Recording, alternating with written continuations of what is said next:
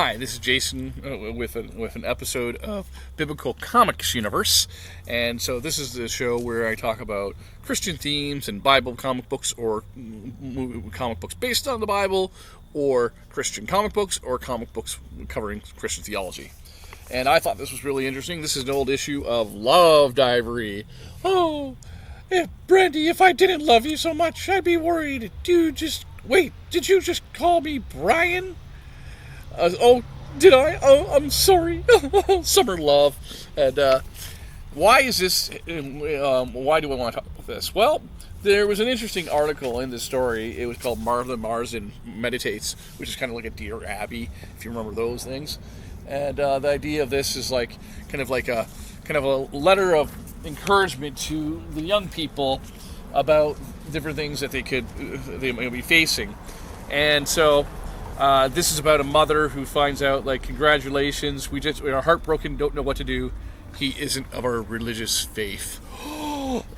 We were up to the early morning hours arguing with our Diana. She gave us practically an ultimatum. Either we accept it again with good grace, or she walks out of the house.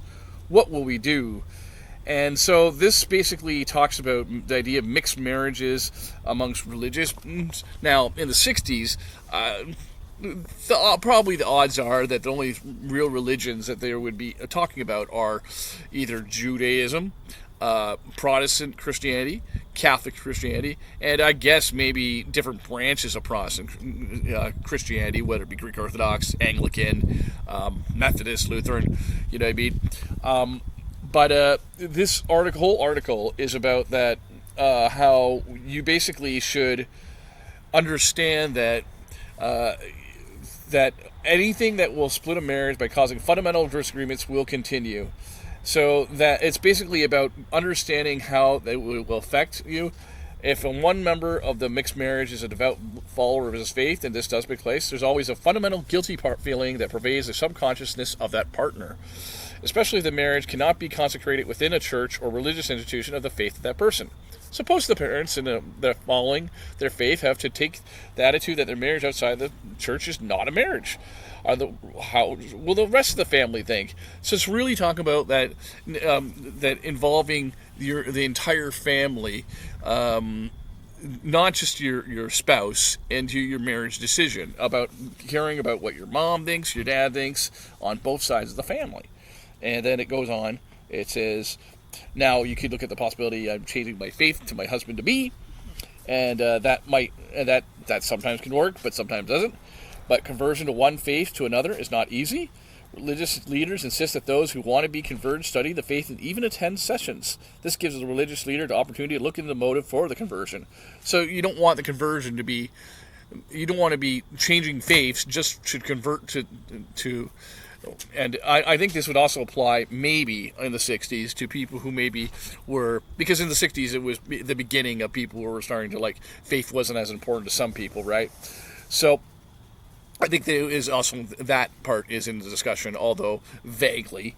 And it says, like, I will practice my faith and he will practice his faith. And that was one young lady. Simple to say, but can it be done? A faith is many things, but it also includes a historical background, a belief, a way of life, a set of morals, and even a cultural pattern. Let's suppose that Jim wants to go to church of his faith, but his wife wants to go to church of her faith. Well, what will happen what happens if there's a church affair? What about the continued stream of talk behind each other back? Can they turn the religious feeling on and off at will? What will happen with the children, basically?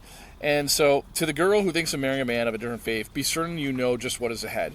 Don't refuse to listen Don't refuse to listen to advice or to discuss the situation. I suggest to talk first with the religious leader of your faith, and then the religious leader of the man you love. Both leaders are capable of thus giving you a complete picture. So, I thought this was words of wisdom from the Love Diary about marrying. Now, again, I think that in this book, it's referring, actually, ironically, probably, likely, I think, to people who are marrying of different religion, who are from different religious backgrounds in the Christian faith, for the most part, or, like I said, Judeo-Christian. But it definitely applies 10 times more in the 21st century. But even now, I would say that, like, if you could be from different Christian denominations and maybe you have a different stance on different issues or something. And all those need to be discussed, of course. But I thought this was a fun look at how, in an indirect and indiscreet way, Christian theology was discussed within the Love Diary. Thanks for watching.